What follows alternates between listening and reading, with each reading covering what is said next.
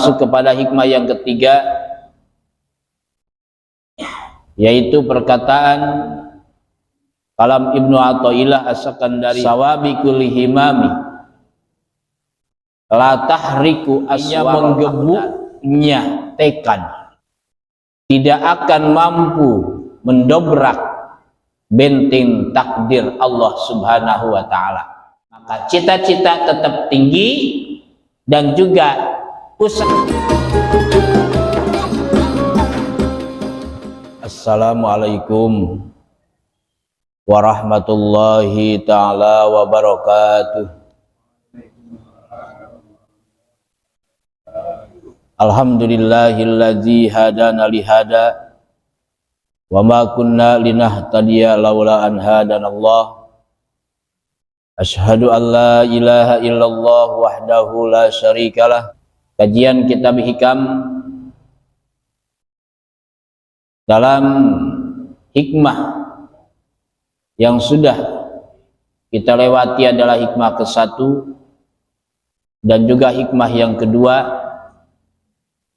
Sekarang masuk kepada hikmah yang ketiga, yaitu perkataan kalam Ibnu Athaillah As-Sakandari, sawabiqul himami la tahriku aswarul aqdar. Artinya menggebuknya tekad tidak akan mampu mendobrak benteng takdir Allah Subhanahu wa ta'ala,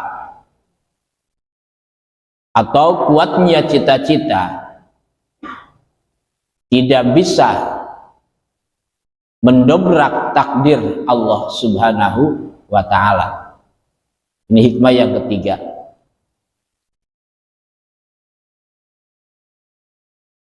Tetapi ini kalimatnya adalah kalimat majaz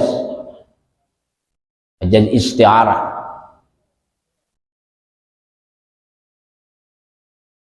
yaitu kalimat sawabiqul himam, ai al-himamu sawabiq. Jadi cita-cita yang kuat yang diserupakan kepada kencangnya kuda yang lari. Di sawabik itu asal pokok arti adalah kuda yang sedang lari. Makanya kalimat-kalimat di hikam itu banyak kalimat majaz. Kemudian aswarul aqdar juga la tahriku, tidak akan bisa membedah, tidak akan bisa mendobrak aswarul aqdar terhadap takdir Allah yang diserupakan kepada benteng yang kuat. Itu kalau dirinci secara artinya. Dalam syarah Imam Asy-Syarqawi, hadhil hikmatu kata'lili lima qablaha wa tasluhu aidan lima ba'daha. Hikmah yang ketiga ini seolah-olah menjadi ilat, menjadi landasan terhadap hikmah sebelumnya, yaitu hikmah yang kedua, iradatu kat tajrid ma'a iqamatillah iyakafil asbab minas syahwatil khafiyah. Dan juga hikmah yang ketiga ini pantas untuk hikmah setelah ini, yaitu hikmah yang keempat, yang nanti di hikmah yang keempat, arih nafsaka bitadbir, arih nafsaka minat tadbir. Jadi hikmah yang ketiga ini menjadi landasan bisa jadi landasan terhadap hikmah sebelumnya dan hikmah setelahnya.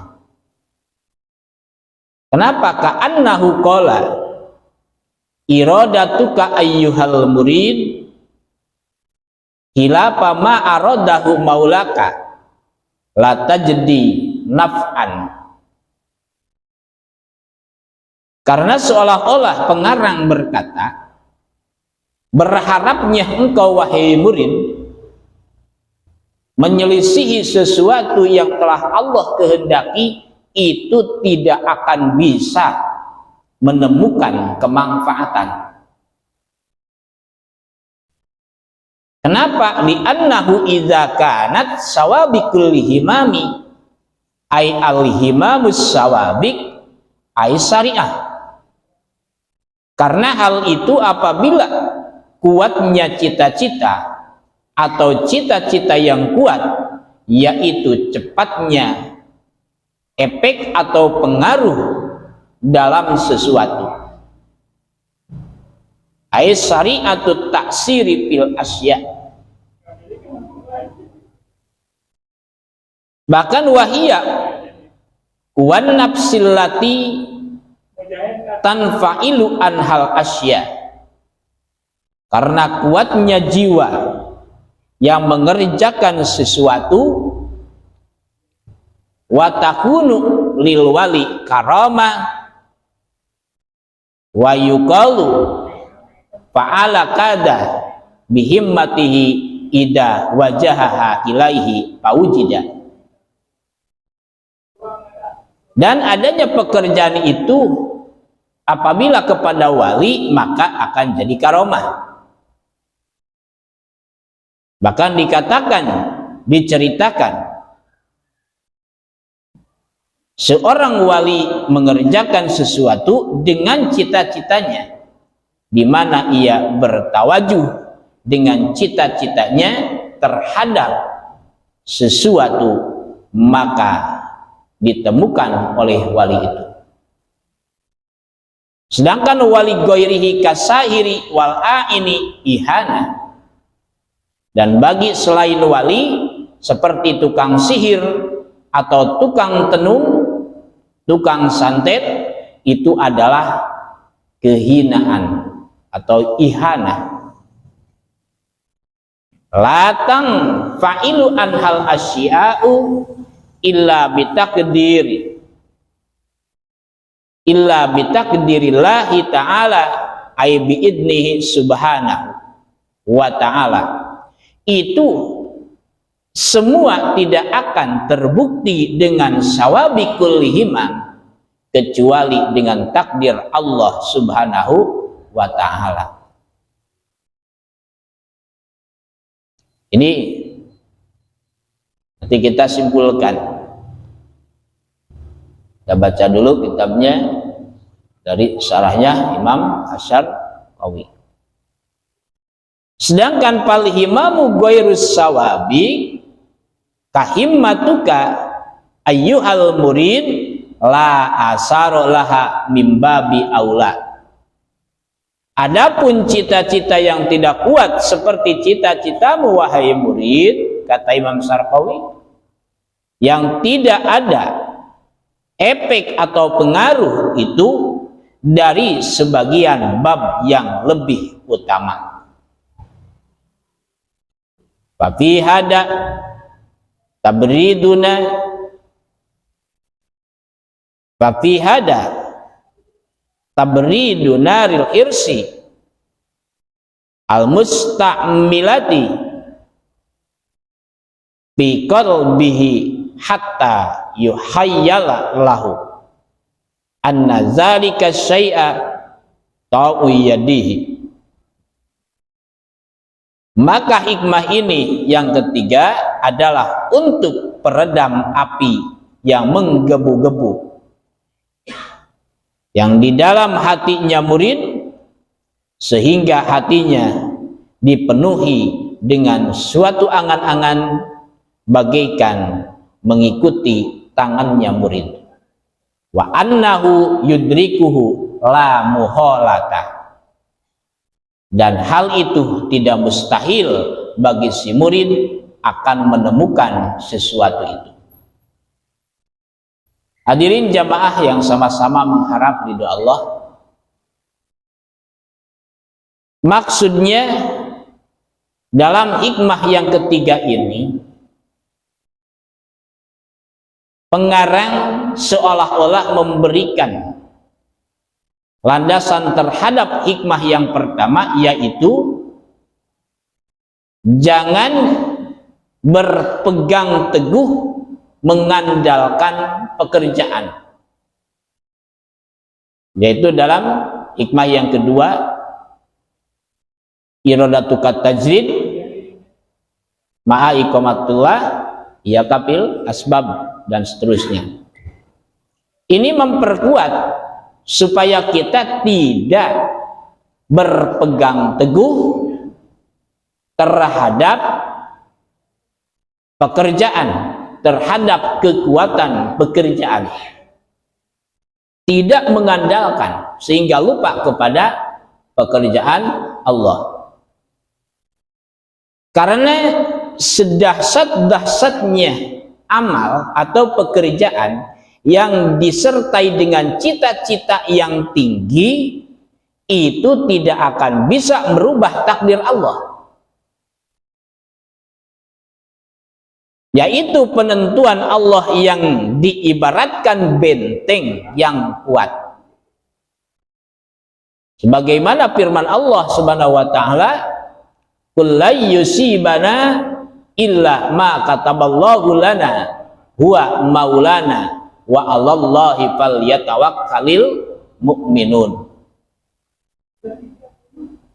Ucapkan wahai Muhammad, tidak akan menimpa terhadap diri kalian la yusibana illa ma kataballahu lana, terkecuali yang sudah dituliskan oleh Allah, kecuali yang sudah ditakdirkan oleh Allah, yang sudah dicatat oleh Allah. Huwa maulana wa 'alallahi falyatawakkalul mu'minun. Dialah Allah, maka bertawakallah kepada Allah wahai orang-orang yang beriman. Dan juga dengan mendengar sawabikul himam ini, kita jangan pesimis dalam bercita-cita. Cita-cita tetap harus punya cita-cita. Kun himatukal aliyah bisuraya. Silahkan bercita-cita setinggi bintang suraya. Walatakun himatuka bil ardi sufla. Yang sampai kita punya cita-cita itu rendah. Cuma cita-cita jangan jadi hayalan. Ya. Karena ada cita-cita, ada hayalan. Itu harus bisa membedakannya. Apa bedanya cita-cita dengan hayalan? Jangan sampai hayalan dianggap cita-cita. Cita-cita malah dijadikan hayalan lagi. Kalau cita-cita, kita menginginkan sesuatu, kemudian keinginan itu disimpan, dikaitkan, digantungkan, disimpan pada suatu tempat yang ada dalam diri kita. Nah, si cita-cita setelah disimpan, maka kita bergerak untuk mengejar apa yang kita cita-citakan. Itu cita-cita. Dengan cara apapun itu harus kita dapatkan. Yang penting tidak menghalalkan segala cara dalam mengejar cita-cita. Itu namanya cita-cita. Jadi setelah kita punya keinginan, kemudian kita bergerak untuk meraih keinginan, bekerja. Itu cita-cita. Gitu. Bahkan ini untuk memperkuat. Memang ada sebuah keterangan. Sebagian ulama mengatakan bahwa apapun yang kita cita-citakan akan tercapai. Akan tercapai. Makanya dianjurkan cita-cita itu harus tinggi. Tapi ini ingat bahasanya cita-cita, bukan hayalan. Kalau hayalan menginginkan sesuatu tapi tidak bergerak, gitu. Saya tahun depan pengen punya mobil 5, gitu. Istri mah cukup 1 saja, asal rasa 5, rasa 4 gitu. Gitu, daripada istri 4 rasa 1, gitu. Kalau kejo, betul ya. Itu kalau hayalan menginginkan sesuatu, tahun depan saya ingin punya mobil, tapi pekerjaannya mancing terus, ya kerja gitu, tidur terus gitu. Bukan berarti gak boleh mancing, bukan berarti tidak boleh mancing ya. Ya boleh-boleh saja mancing, apalagi mancing rahmat Allah, gitu kan. Ya silahkan. Jadi kalau hayalan itu menginginkan sesuatu tapi tidak mengerjakan perjalanan untuk mendapatkan sesuatu, itu hayalan. Nah, hayalan inilah yang dikhawatirkan oleh Rasulullah Shallallahu Alaihi Wasallam. Di antara ada 2 perkara yang dikhawatirkan oleh Rasulullah. Yang pertama adalah tulul amal, berangan-angan, menghayal, melamun. Kalau bahasa Sunda memelak laut di tanah lamun, digemuk kusugan, kadituna buah nate meureun, gitu. Gitu ya. Melak laut di tanah lamun, dipupuk yaitu dengan sugan, ya sugan jeung sugan itu. Nya kadituna teh buahna teh meureun gitu. Nya meureun we gitu. Gitu. Merenang gitu, bahasa Sunda. Yang kedua yang dikhawatirkan oleh Rasul adalah itba'us syahawat, yaitu mengikuti hawa nafsu. Itu 2 perkara yang sangat dikhawatirkan oleh Rasul, karena akan terjadi kepada umat di akhir zaman. Makanya jangan heran Bapak kalau istri banyak daftaran belanja apabila istri sering membuka punya warung sendiri di Androidnya. Betul, karena itu mengunggah hayalan. Betul ya itu. Baru aja beli baju, udah lihat lagi, wah ini bagus nih, gamis nih, masukin ke keranjang gitu. Nanti nunggu gajian gitu. Makanya kalau kita ngasih nafkah kepada ahli halusinasi, ahli hayalan, ahli berangan-angan, dikasih sedikit habis, dikasih banyak boros, gitu. Kenapa? Karena tidak akan berhenti. Karena nomor 2 juga akan mengikuti itba'us syahawat, mengikuti keinginan. Akan mengikuti keinginan. Bahkan yang penting apa yang diinginkan ingin tercapai, yang akhirnya kesananya bingung, susah, sedih, pusing, rungsing, karena tidak tertata hidup. Nanti akan di hikmah yang ke-4 akan kebahas, cuma bukan sekarang, tidak akan cukup waktunya. Di hikmah yang ke-4 akan kebahas suatu yang sudah ditanggung jawab oleh Allah, jangan dipikirkan tapi laksanakan. Nah itu kenapa? Karena semua kebutuhan makhluk itu sudah ada dalam tanggung jawab Allah Subhanahu wa ta'ala. Wa ma min dabatin fil ardi illa 'alallahi rizquha. Semua yang bergerak berjalan di muka bumi semuanya dikasih rezeki oleh Allah. Muslim, non muslim, manusia, non manusia, semua dikasih rezeki oleh Allah. Beda-beda rezekinya, banyak dan sedikitnya itu beda-beda, tergantung apa yang sudah dicantumkan oleh Allah. Dan juga rizki manusia tidak berpengaruh dengan pergaulan, tidak terpengaruh, tidak akan berubah. Kalau rizkinya segitu sudah dicatatkan, walaupun bergaul dengan orang kaya ya tetap aja segitu. Contohnya misalnya ada janda kaya, Pak Bapak misalnya nih mau nikah ke janda kaya supaya dapat hartanya banyak. Kalau rizkinya sudah segitu tetap aja segitu walaupun nikahnya ke janda kaya. Gitu ya, contoh ini Pak, contoh. Gitu. Tetap aja segitu rizkinya. Tidak akan menambah takaran rizki dengan bergaul beserta orang kaya, dan tidak akan mengurangi takaran rizki dengan bergaul bersama orang miskin. Itu karena urusan Allah. Cuma yang akan menjadi bingung manusia, manajemen kehidupannya. Jatah kebutuhan dipakai untuk keinginan. Nah itu contoh, kalau pagi-pagi kebutuhan perut adalah diisi makanan.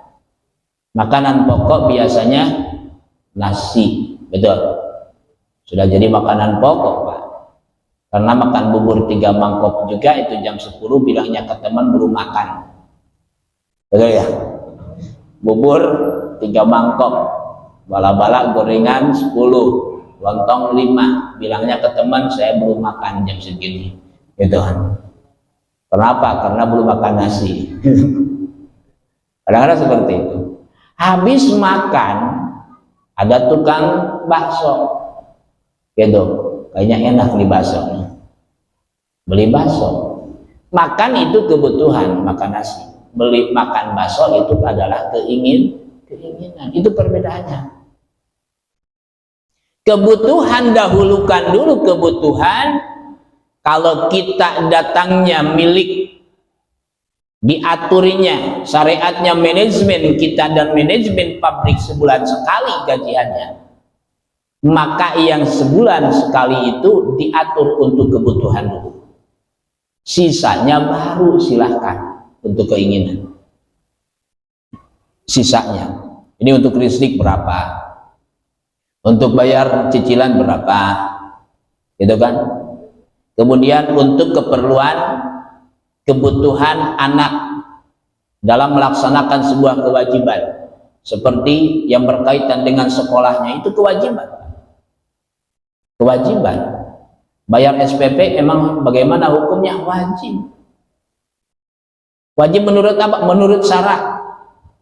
Kenapa? Karena yang wajib memberi ilmu adalah orang tua. Tidak sanggup orang tua titipkan kepada orang lain.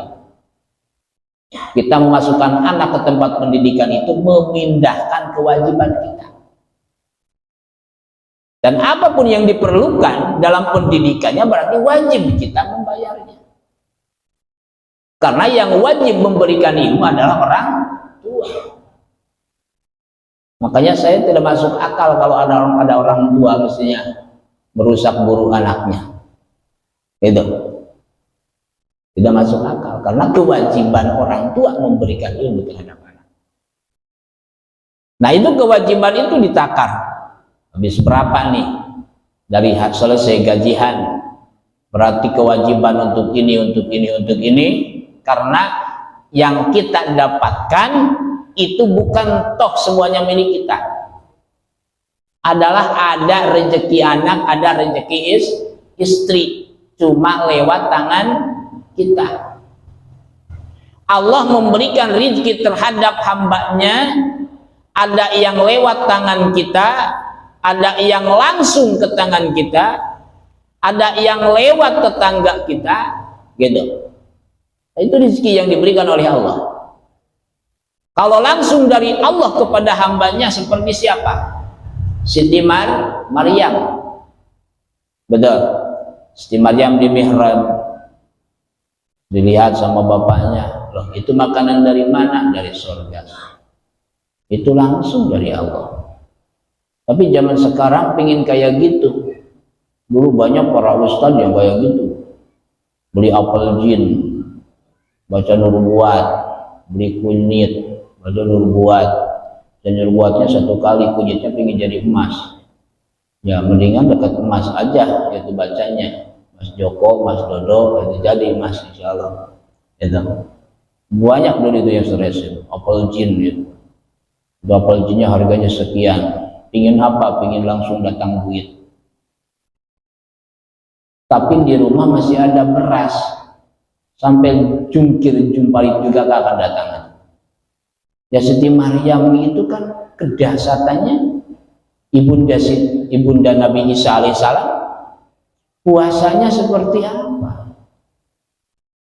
Zaman dahulu riwayat-riwayat di kitab seperti orang yang tukang kuli panggul di pasar, begitu pulang ke rumah membawa pasir di dalam karung, nyampe ke rumah menjadi beras, itu karena keluarganya tidak makannya sudah 3 hari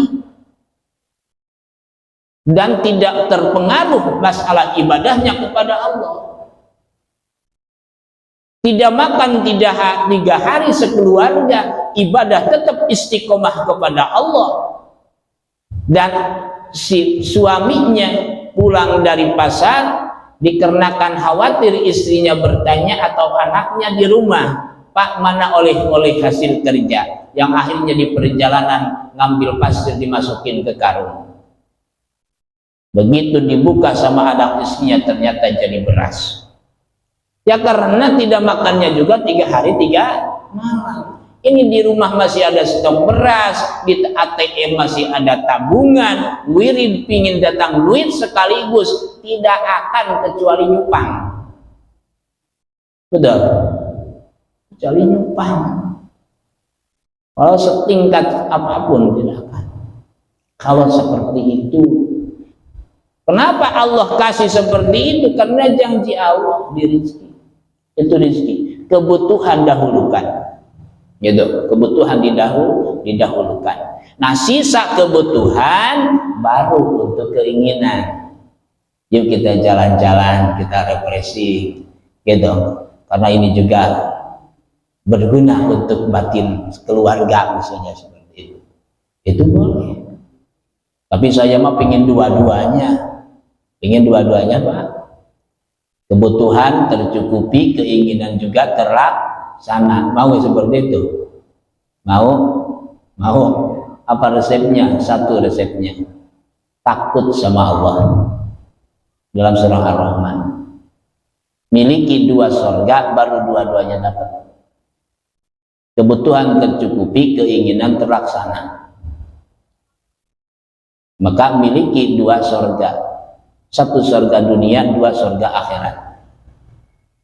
Maka ketika Allah sudah ngasih surga dunia ke kita, nah di situ gambaran surga akhirat akan ada. Contoh, lagi duduk di sini, ingin gorengan ada, gitu kan? Ya, itu misalnya. Baru aja di pikiran, saya pingin kayaknya nih enak nih ngopi. Kayaknya sedang lagi bikin kopi hitam. Jadi baru aja ada di pikiran kita sudah ada. Nah itu surga dunia. Surga akhirat seperti itu kan. Ada burung lewat, kayaknya enak nih daging burung, langsung jatuh burung. Sudah sudah digoreng. Ingin pepesnya langsung jadi pepesnya. Nah itu surga akhirat. Surga dunia baru aja di pikiran kita, tiba-tiba, loh, ini habis ngaji nanti kayaknya enak nih makan bubur kacang. Begitu datang ke rumah, Pak jangan kemana-mana dulu, tadi ada tetangga syukuran, itu ada bubur kacang di plastik. Padahal di masjid tadi pingin. Itu bisa terjadi. Apa resepnya supaya bisa memiliki 2 surga? Di dalam surah Ar-Rahman, waliman khafa maqama rabbih jannatan.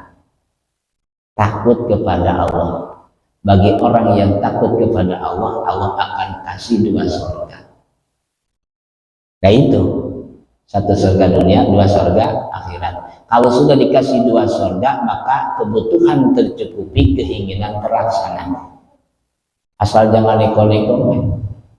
Tapi nanti saya ingin dikasih 2 surga, ingin takut kepada Allah, yang mudah-mudahan tahun depan punya mobil mewah misalnya, itu mah bukan takut kepada Allah. Orang yang takut kepada Allah ya cita-citanya tidak neko-neko, gitu. Betul, tidak neko-neko. Yang terpenting mah pas-pasan saja, pas butuh ayat gitu, betul ya. Gitu ya. Yang penting mah cukup hidup mah gitu, cukup untuk membeli itu, membeli ini gitu. Tak itulah ya. Maka sawabikul himam. Nah ini dalam hal kebutuhan dan keinginan. Itba'us syahawatul amal, itu bahaya. Bagaimana sering ini terjadi di kalangan di zaman sekarang?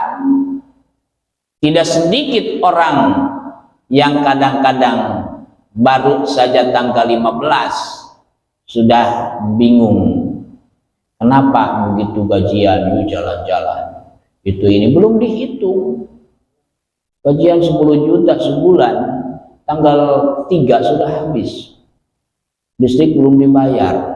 Yang nagih masih datang. Ya pusing sendiri. Siapa yang bikin pusing? Allah apa kita? Itu kan. Ya syariatnya diri kita, hakikatnya dari Allah, gitu kan. Karena apa? Allah berfirman, laha ma kasabat wa 'alaiha ma kasabat. Manfaat bagimu, madarat juga bagimu. La yukallifu nafsan illa wus'aha. Laha ma kasabat wa 'alaiha ma kasabat. Apalagi di hadis kudusinya, ismasikta fa innaka mayyitun. Allah membebaskan kepada kita. Silakan hidup semaumu, silakan mau ibadah silakan, mau maksiat silakan, firman Allah. Itu dalam hadis kudusinya. Tapi ingat, engkau akan mati. Setelah mati akan ada perhitungan. Ayam mati bilatungan, manusia mati balitungan. Betul, itu bahasa Sundanya. Kambing mati bilatungan, manusia mati balitungan, akan menghadapi perhitungan. Bebas silahkan, firman Allah, ismasikta, silahkan hidup semaumu, tapi ingat, fa innaka mayyitun, engkau akan mati. Wahbub masyita, silahkan saling mencintai sesukamu, tapi ingat, fa innaka mufariqun, tapi ingat akan berpisah. Tidak akan selamanya. Nah itu. Maka siapa yang tidak akan berpisah dengan kita? Yang maha hidup. Siapa? Allah. Siapa yang tidak akan mati? Ruh kita. Bagaimana supaya tetap abadi? Maka satukan dengan yang menciptakan ruh yang mustahil akan matinya, yaitu zat Allah yang bersifat hayyul qayyum. Nah, kembali lagi ke himatukal ari, sawabikul himam. Jadi ini merupakan memperkuat daripada hikmah yang kedua, supaya tidak mengandalkan pekerjaan. Kuatnya cita-cita bukan berarti tidak boleh punya cita-cita. Harus punya cita-cita, tapi jangan diyakini cita-cita yang kuat kita ini adalah akan membuahkan hasil. Gitu. Mempunyai asar, tetap yakin di dalam hati, cita-cita harus tinggi, tapi di dalam hati tauhid jangan lepas. Wahdaniyat fil af'al, la fa'ila illallah. Tidak ada yang mempunyai pekerjaan kecuali pekerjaan Allah. Akan tetapi cita-cita dan pekerjaan itu hanya asbab saja. Hanyalah asbab. Dan asbab harus dihormat. Kenapa? Karena Allah menciptakan Rasul, memberikan contoh, melaksanakan syariat. Itu. Maka apa hikmahnya Allah ciptakan Rasul? Supaya kita menjalankan syariat. Betul. Rasul menyontohkan syariat, walaupun Rasul ahli hakikat, bahkan hakikatul hakikat. Rasul sudah dijamin surga, tapi Rasul sholat pun sampai kakinya bengkak untuk mencontohkan pada umat.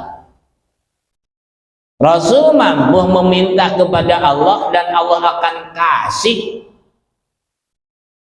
Perut Rasul selalu kenyang, tapi kenapa Rasul sering mengganjal perutnya dengan kerikil ketika sholat, merasakan lapar? Itu karena kita dianjurkan menghormat syariat perjalanan, tapi tetap yang mempunyai asar adalah hakikat la fa illa illallah. Ayat syariatnya adalah innallaha la yughayyiru ma biqaumin hatta yughayyiru ma bi anfusihim. Allah tidak akan merubah nasibnya kaum kecuali dirubah dengan dirinya. Itu adalah ayat syariatnya. Ayat hakikatnya gitu, kullu yusibana illa ma kataballahu lana wa maulana wa 'alallahi falyatawakkalul mu'minun. Itu ayat hakikatnya. Yang berkaitan di sini sawabikul himam la tahriku aswarul aqdar, kuatnya cita-cita tidak akan bisa mendobrak takdir Allah. Takdir yang mana? Takdir yang mubram. Gitu. Qadari ini yaitu penentuan Allah yang muwafaqah dengan ilmunya Allah, yaitu yang suka disebut qada mubram. Karena qada itu, takdir itu qada terbagi dua. Satu qada mu'alaq, yang kedua qada mubram. Qada mubram adalah takdir Allah yang muwafaqah dengan ilmunya Allah, yang mana takdir tersebut sama sekali tidak bisa dirubah. Itu qada mubram. Kalau berkaitan dengan af'al Allah, pekerjaan Allah yang tidak disambungkan dengan pekerjaan makhluk. Nah, ini penjelasan tauhidnya. Karena man tasawwafa bi ghairi tauhid faqad tajandaqa. Bertasawuf tanpa ilmu tauhid maka akan menjadi kafir jindik, Jabariyah. Man tasawwafa bi ghairi fiqhin faqad tafassaqa. Bertasawuf tanpa ilmu fikih maka fasik. Maka tauhid itu adalah lebih penting gitu. Karena untuk mengenal dalam ruhnya, apalagi di hikmah ketiga ini berkaitan dengan sifat wahdaniyat, berkaitan dengan sifat kudrat, iradat, ilmu, hayat, sama dan basar. Ini berkaitannya. Karena takdir di sini qada mubram adalah pekerjaan Allah yang tidak dikaitkan dengan pekerjaan makhluknya. Contoh, Allah menciptakan langit dan bumi. Ada gak sejarahnya nenek moyang kita ikutan? Allah menciptakan lautan. Siapa yang punya sejarah nenek kita, nenek moyang kita punya buku sejarah? Ada salah satunya yang ikut menggali di Cilamaya supaya menjadi laut. Ada gak? Gak ada ya. Itu pekerjaan Allah yang tidak disambungkan dengan pekerjaan makhluk. Allah menciptakan laki-laki dan perempuan. Itu qada mu'alaq. Qada mubram. Kalau qada mu'alaq adalah penentuan Allah yang muwafaqah, yang tidak muwafaqah dengan ilmunya Allah. Itu qada mu'alaq. Kalau dalam segi wahdaniyat fil af'alnya, pekerjaan Allah yang disambungkan dengan pekerjaan makhluknya. Nah itu adalah qada mu'alaq. Seperti perut kenyang disambungkan dengan pekerjaan tangan masuknya, tapi sekarang nggak bisa lagi ngaji, gitu ya. Nah, itu qada mu'alaq. Qada mubram jangan jauh-jauh. Contoh, di depan rumah kita ada pot ditanami yaitu pohon cengkeh. Betul ya? Nanam pohon cengkeh. Ketika sudah jadi, batangnya hijau, daunnya hijau, buahnya pertama hijau, kemudian kekuning-kuningan, kemudian merah. Pernahkah kita menaburkan pupuk di situ yang berwarna-warni? Pernah gak? Nampak dari mana itu merah? Di pohon cabai, di pohon cengkeh. Dari mana itu warna hijau? Apakah kita pernah belanja ke material, beli cat hijau, biar nanti buah cabainya jadi hijau? Enggak ya. Datang pedas. Dari mana rasa pedasnya itu? Apakah kita menaburkan pupuknya? Coba jilat pupuknya itu. Misalnya kalau dipupuknya dengan air seni, jilat air seninya pedas enggak gitu. Nah itu berarti itu yang ada di situ jelas itu qadamul mubrom. Pekerjaan Allah yang tidak disambungkan dengan pekerjaan makhluknya. Maka di situ akan mengerti diri kita, yakin kita lemah, Allah Maha Agung. Dan ketika habis hijaunya, datang warna yang lain, jatuh lagi. Nah itu sudah layu mati, beda warnanya. Dari mana datangnya warna? Binatang apa yang mengirim ke situ? Nah itu di situ keagungan Allah Subhanahu wa Ta'ala. Nah, cita-cita kita juga tetap cita-cita harus kuat, tidak akan bisa mendobrak takdir Allah. Yang dimaksud takdir di sini adalah takdir yang mubrom. Yang mubrom. Kalau yang mu'alak bisa. Simpelnya, supaya lebih simpel ya, supaya cepat dimengerti dengan logika, karena sudah 8:30. Bagaimana melihat kodok mubrom dan kodok mu'alak yang menimpa diri kita? Nah, ini simpelnya. Kalau kodok mubrom yang sudah terlewati, itu aja. Yang sudah terlewati. Detik yang ke tukang, menit yang ke belakang, jam yang ke belakang, hari yang ke belakang, itu sudah kodok mubrom, tidak bisa dirubah lagi. Betul. Takdir Allah yang tidak bisa dirubah, simpel logika kita itu yang sudah terlewati. Takdir Allah yang bisa dirubah, yang sekarang ke depan. Nah itu, karena sedang dijalani, kita sedang menjalani takdir, maka bisa dirubah, gitu. Dengan berdoa kepada Allah Subhanahu wa Ta'ala. Maka di sini Imam Syarqawi menjelaskan juga, gitu.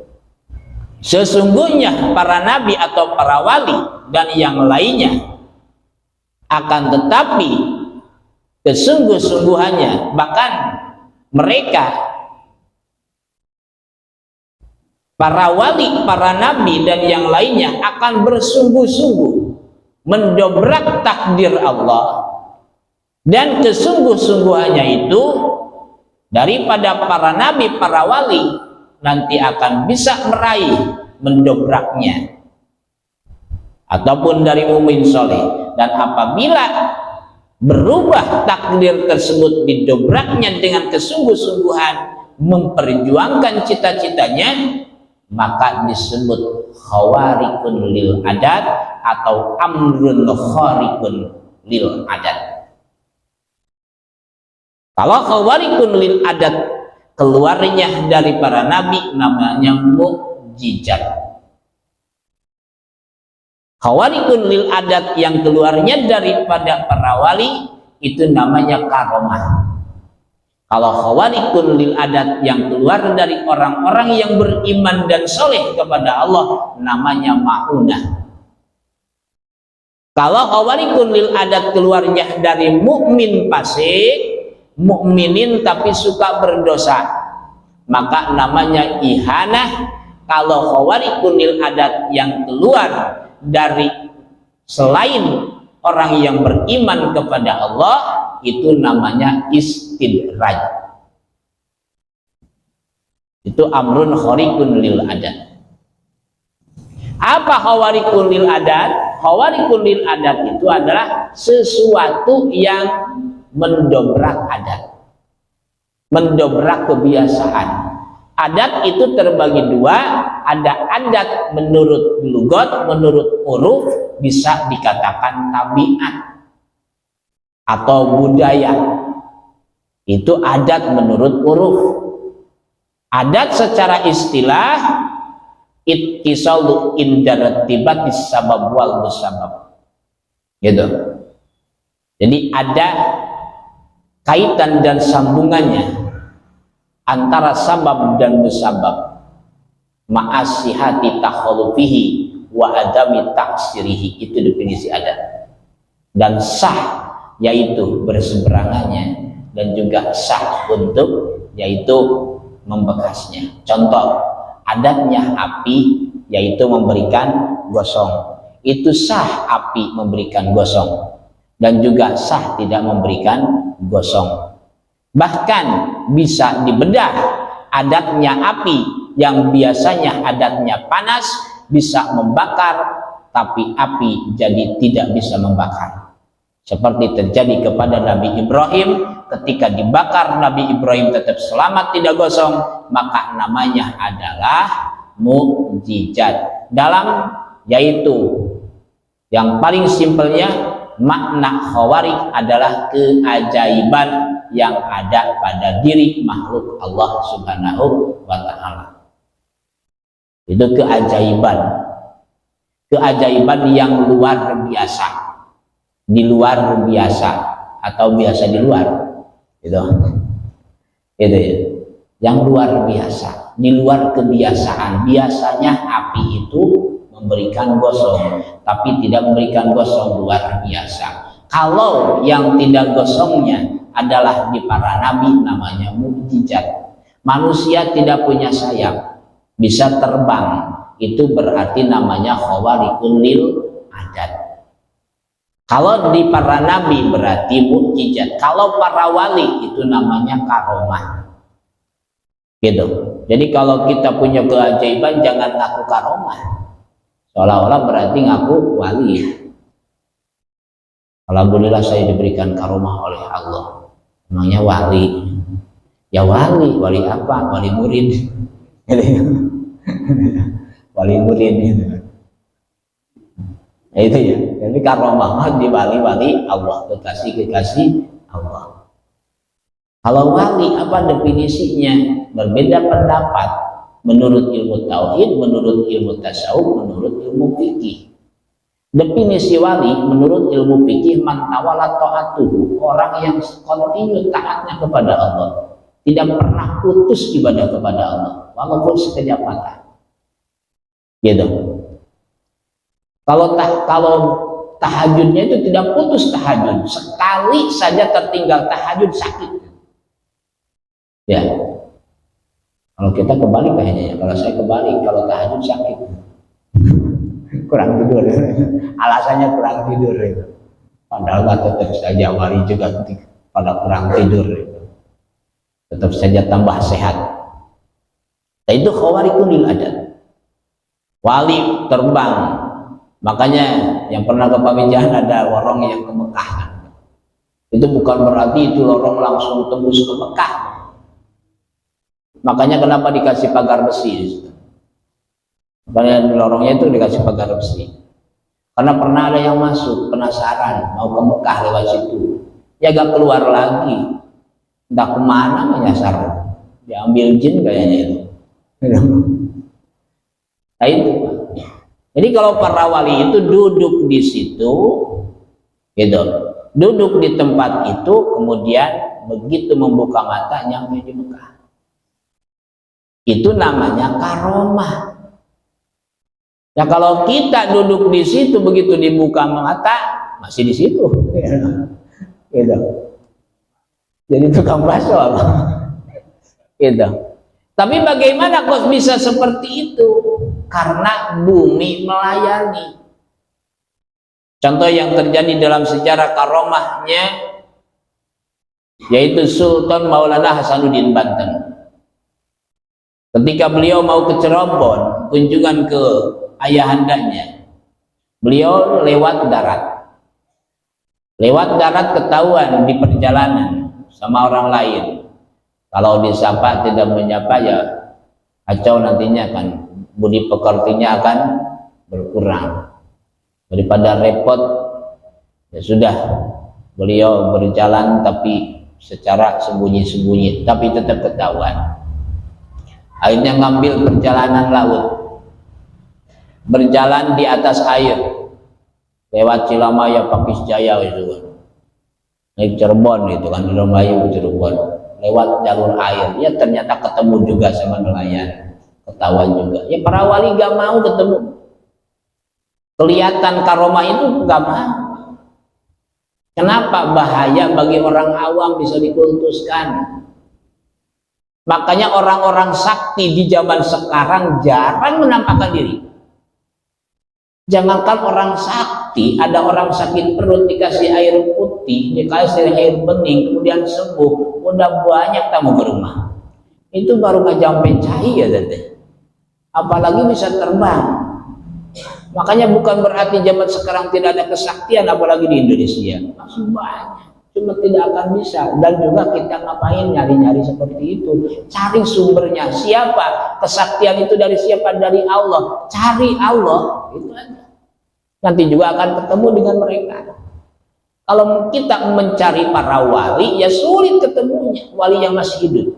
Tapi cari yaitu zat yang disembah oleh para wali, maka mereka akan pada datang. Kayak gitu. Tapi jangan wali murid nagih hutang yang datangnya gitu. Nah, itulah dia karomah kalau di para wali. Akhirnya Sultan Maulana Hasanuddin kalau mau ke Cirebon minta kepada Allah duduk di Banten. Cirebonnya di sapa, Cirebon sini sebentar, saya mau ke sana. Gitu. Langsung Cirebon dari sebelah timur, Banten sebelah barat, adek dulu, seret, melangkah satu langkah, udah nyampe Cirebon, buka lagi dulu. Itulah kekuasaan Allah. Kalau satu langkah dari Cirebon, dari Banten ke Cirebon, buminya tidak dempet dulu, tidak menyatu dulu, gitu, tidak gepeng dulu, bagaimana bisa melangkah? Atau mau loncat segede gimana kakinya? Nah, itu kekuasaan Allah Subhanahu wa Ta'ala. Gitu. Jadi bukan berarti saktianya orang manusia bisa terbang. Kenapa? Dilayani angin. Apa angin bisa kita tunggangi? Bisa. Buktinya apa? Balon. Bapak-bapak naik mobil naik apa? Naik angin. Coba copot bannya, kempesin anginnya. Makhluk itu melayani manusia, sudah berjanji di hadapan Allah, iza aradnal amanata 'alas samawati wal ard, dan seterusnya al-ayat. Ketika Allah menyodorkan amanah kepada langit dan bumi, gunung dan lautan, semuanya menolak kecuali manusia.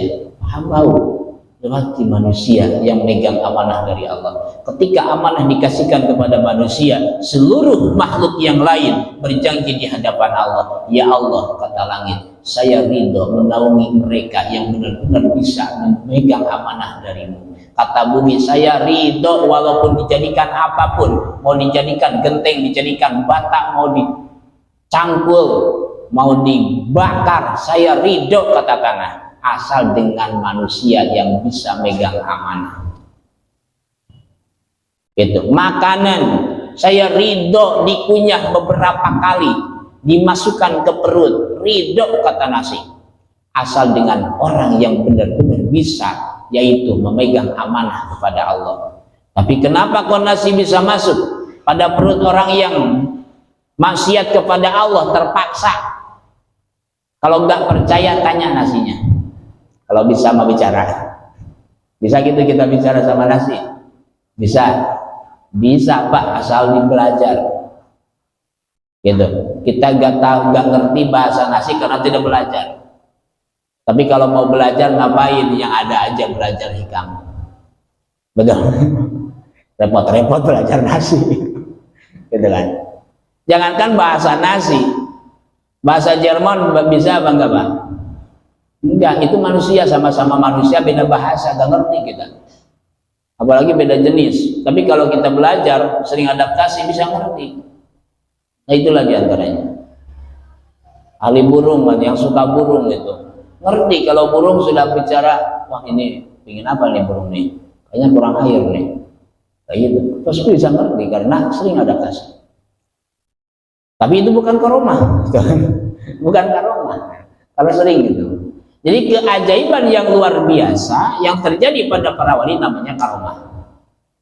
Kalau orang-orang soleh, rajin ibadah, rajin ngaji, lagi berusaha bertakwa kepada Allah, nah di situ keluar maunah pertolongan dari Allah. Minimal kalau kita tidak bisa meraih keinginan karena kebutuhan sudah ditanggung jawab oleh Allah, minimal kita yaitu selalu dimudahkan oleh Allah, ingin dimudahkan oleh Allah urusannya, maka syaratnya hanya satu, bertakwa kepada Allah. Janji Allah, wa may yattaqillah yaj'al lahu makhraja wa yarzuqhu min haitsu la yahtasib. Barang siapa yang bertakwa kepada Allah, akan Allah memberikan mudah jalan keluar dari kesulitannya dan diberikan rezeki yang tidak disangka-sangka datangnya, yang tidak terduga. Tapi kan takwa itu sulit, berusaha takwa. Kenapa kok ngaji terus di Al-Islah gak absen setiap malam Selasa, malam Sabtu? Karena saya lagi belajar takwa. Orang yang masuk belajar takwa pun sudah dijamin, apalagi yang bertakwa. Cuma pertama dikasih oleh Allah, wa may yattaqillah fahuwa hasbuh. Barang yang takwa kepada Allah, orang yang takwa kepada Allah dicukupi dulu. Nah setelah bisa melewati dicukupi, terus bersyukur, meningkat lagi makom takwanya. Nah itu. Maka di sini kalau dari mukmin soleh namanya maunah.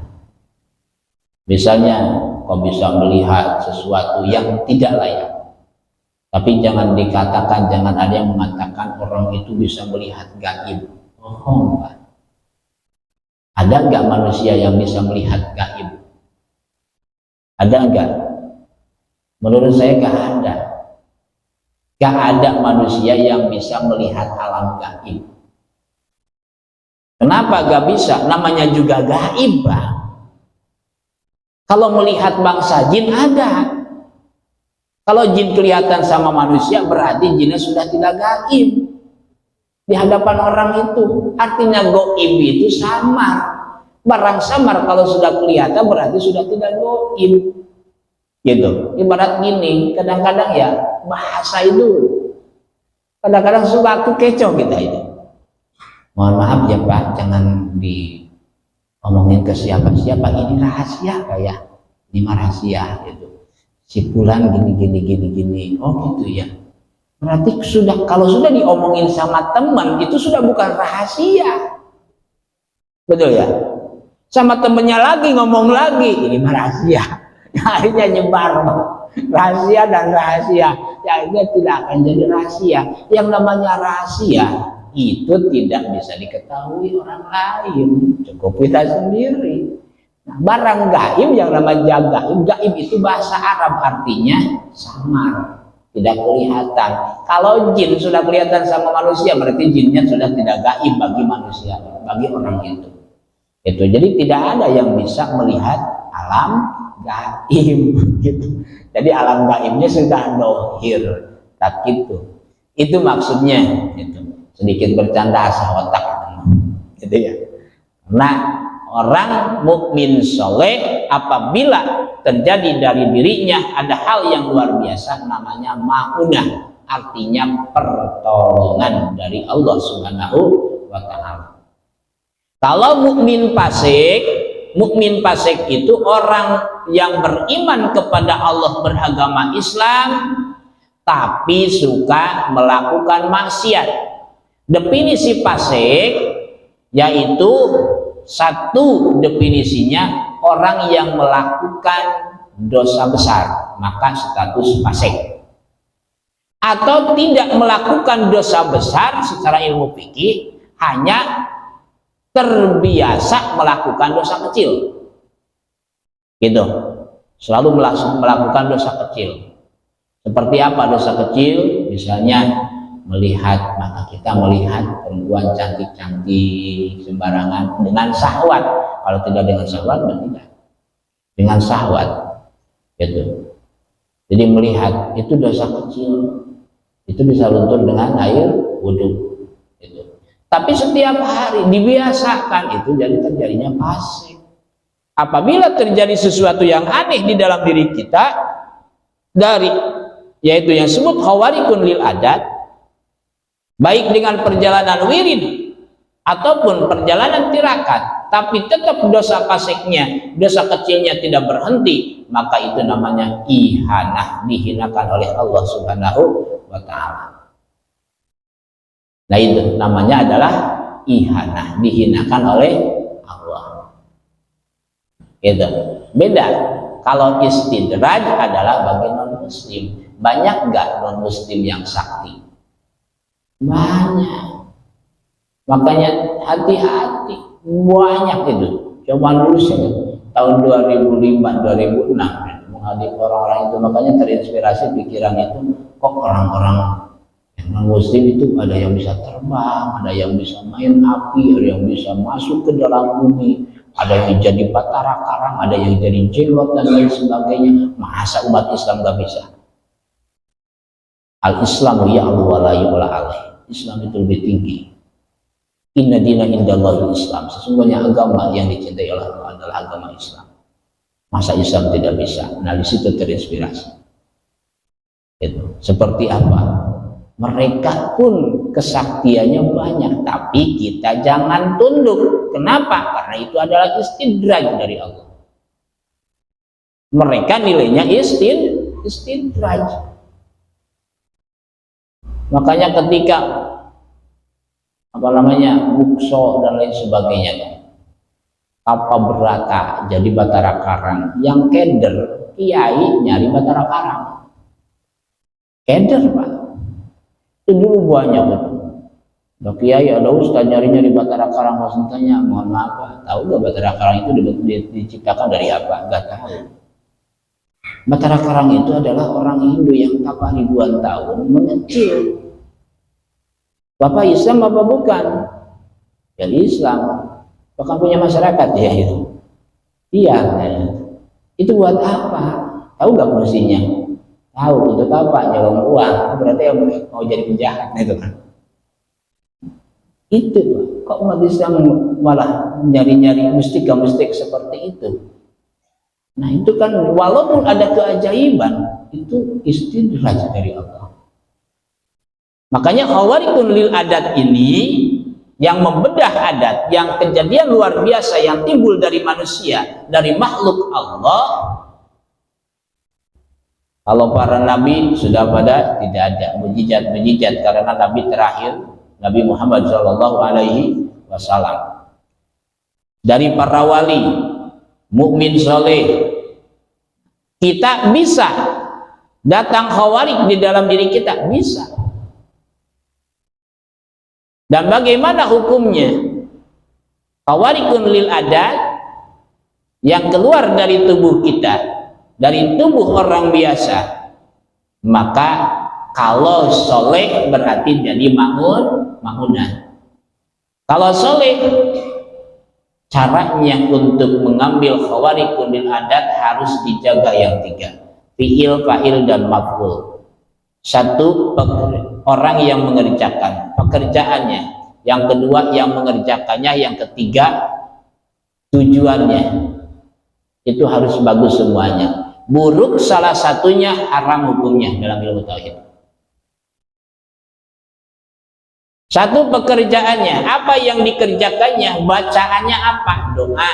misalnya doa asmaul husna, asmaul mubarakah, baca Al-Quran, sholawat, itu yang dikerjakannya. Bagus apa tidak? Bagus, dianjurkan. Dua, orangnya fa'il, orangnya yang mengerjakannya harus berusaha menghindar dari maksiat,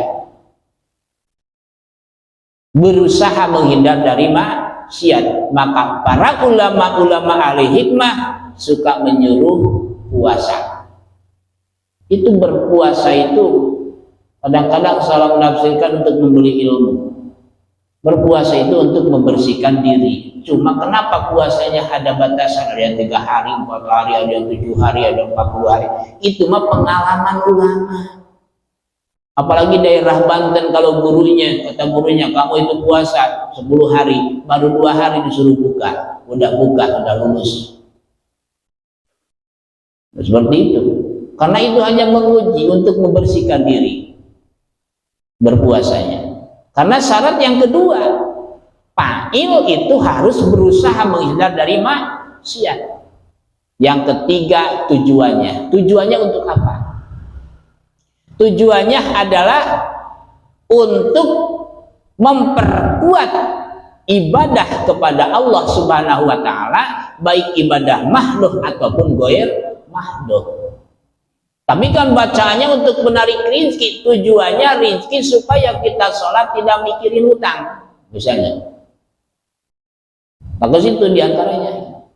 Supaya tidak direwong, supaya tidak berkaitan mengacaukan ibadah kita kepada Allah. Walaupun bacaannya yang berkaitan dengan dimudahkan rizki, diperbolehkan.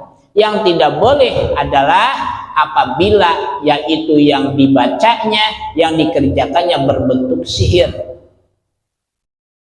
Berbentuk sihir.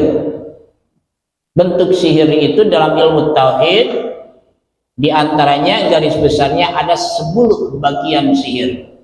Ada sihir simia, sihir himia, sihir roki, sihir tilasmat, istihdamah, sihir jalangkung, jalangse, hipnotisme, dan lain sebagainya. Itu betul-betul sihir. Kalau dikupas sekarang tidak cukup waktunya. Ya, lebih tauhid.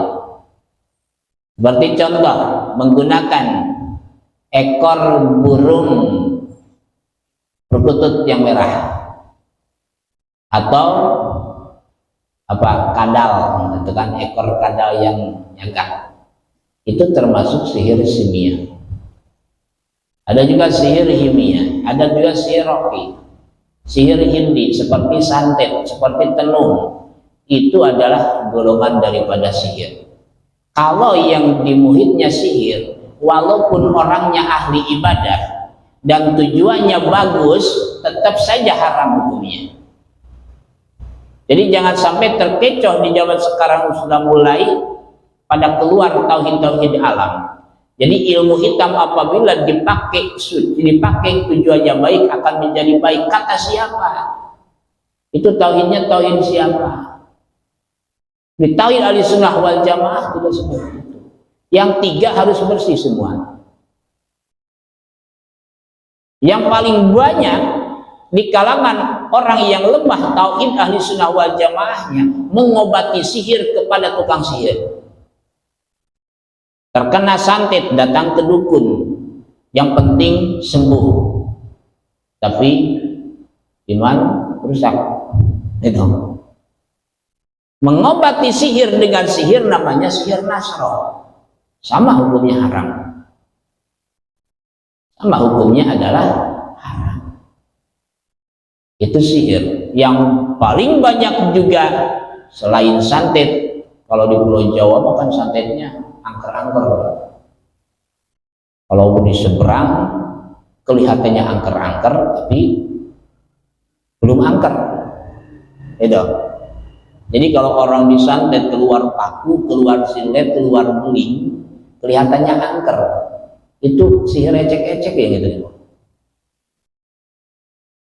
Kok bentuk sihirnya masih kelihatan sama orang? Kalau Pulau Jawa sudah gak kelihatan. Ada yang bentuknya samar nyawa, sende. Nah, yang paling bahaya sende. Itu menggunakan sihir istihdamah. Wajib hukumnya percaya adanya sihir, tapi haram hukumnya mempelajari ilmu sihir. Tapi mengetahui ciri-ciri sihir itu harus. Nah, ciri-cirinya doang, bukan ilmu sihirnya. Jadi kadang-kadang tidak sedikit yang gagal paham, oh berarti bisa sihir. Ya tidak bisa sihir. Jadi kalau bacaannya dari bangsa sihir itu walaupun orangnya ahli ibadah, tujuannya untuk kebaikan, tetap hukumnya haram. Sihir istidamah yang menggunakan khodam, perhodaman, itu adalah namanya sihir istidamah. Khodam itu apa sih? Khodam itu pelayan. Biasanya yang dijadikan khodam adalah jin kafir atau jin fasik yang dijadikan khodam.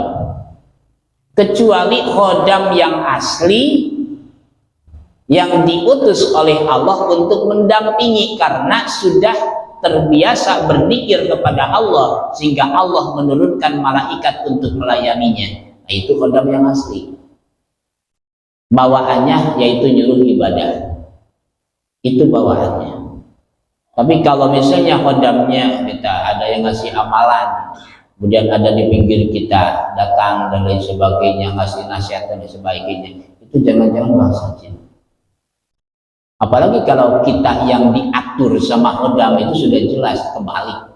Khodam itu pelayan yang melayani kita, masa kita yang jadi apanya? Yang malah jadi pelayan dia. Ada misalnya masyarakat datang, Pak mohon maaf saya kehilangan sesuatu, panggil dulu khodamnya, langsung masuk khodamnya. Oh itu ada di bawah pohon kelapa. Jadi tadi sedikit ada yang ngumpetin, khodamnya yang bicara. Berarti itu apa? Kalah manusia sama khodamnya. Itu jadi sihir istidamah yang menjadi bonekanya setan nantinya. Hal seperti itu. Kalau manusia udah kesurupan, manusia apa namanya? Betul. Gitu. Makanya sudah ketahuan di situ. Itu namanya adalah sihir. Walaupun ahli ibadah tujuannya bagus, tapi sihir yang dipakai tetap hukumnya haram. Walaupun yang dibacanya sholawat, Al-Quran, Asmaul Mubarakah, orangnya ahli ibadah, tapi tujuannya untuk membunuh orang, itu juga hukumnya haram sama. Gitu. Yang dibacanya sholawat, Asmaul Mubarakah, Al-Quran dan lain sebagainya, bahkan ayat-ayat ruqyah, tujuannya baik tapi orangnya tidak menjaga diri dari maksiat kepada Allah, tetap saja itu bukan maunah, bukan karomah, itu adalah tetap hukumnya haram. Gitu. Makanya tidak mudah untuk mendapatkannya. Nah, di sini maka divonis sama Ibnu Athaillah, yaitu untuk guratnya sawabikul himam la tahriku aswaral aqdar. Jadi mendahulunya cita-cita atau kuatnya cita-cita tidak akan bisa mendobrak takdir Allah. Apabila ada takdir yang didobrak yang dinamakan dengan khawariqun lil adat, maka itu adalah qada mu'alaq. Apakah ada dasar firman Allah bahwa qada mu'alaq itu adalah terdobrak? Firman Allah Subhanahu wa taala, yamhullahu ma yasha'u wa yusbitu wa indahu ummul kitab. Allah terkadang menghapus dengan yaitu sekehendaknya sesuatu yang tercatat di Lauhil Mahfuz, dan terkadang Allah menetapkan catatan yang ada di Lauhil Mahfuz. Biasanya kita ajukan doanya di nisfu Sya'ban, gitu. Betul ya? Nah itulah diantara sawabikul himam. Maka cita-cita tetap tinggi dan juga usahakan apa yang kita cita-citakan, dan yakini di dalam hati kita mengejar cita-cita hanya melaksanakan syariat, dan hakikatnya tetap yang akan memberikan keputusan adalah Allah Subhanahu wa taala, la fa illa illallah, supaya kita tidak kecewa apabila cita-cita yang kita kejar tidak terlaksana. Tapi kalau tidak ada la ilaha illallah ketika mengejar cita-cita, kemudian cita-cita yang dikejar tidak laksana, maka hati akan kecewa dan sedih. Gitu. Digurat lagi di dalam ilmu tauhid, al insanu bitadbir wallahu bi takdir. Manusia hanya berencana, Allah yang menakdirkannya. Cukup sekian dulu. Shadaqallahul adzim. Wallahu a'lam bishawab. Semoga apa yang saya sampaikan dalam hikmah yang ketiga ini, semoga Allah memberikan maslahat manfaat dan memperkuat ketauhidan kita kepada Allah dan juga ketasawufannya, yaitu mulai masuk pada diri kita untuk memperkuat dan merapihkan fikih kita dalam ibadah kepada Allah Subhanahu wa taala. Al-Qur'an dan hadis tidak akan bohong, tapi cara penyampaian saya pasti banyak kurang dan salahnya. Dengan itu mohon maaf yang sebesar-besarnya. Allahumma sholli ala sayyidina wa habibina wa syafiina wa karimina wa maulana Muhammad.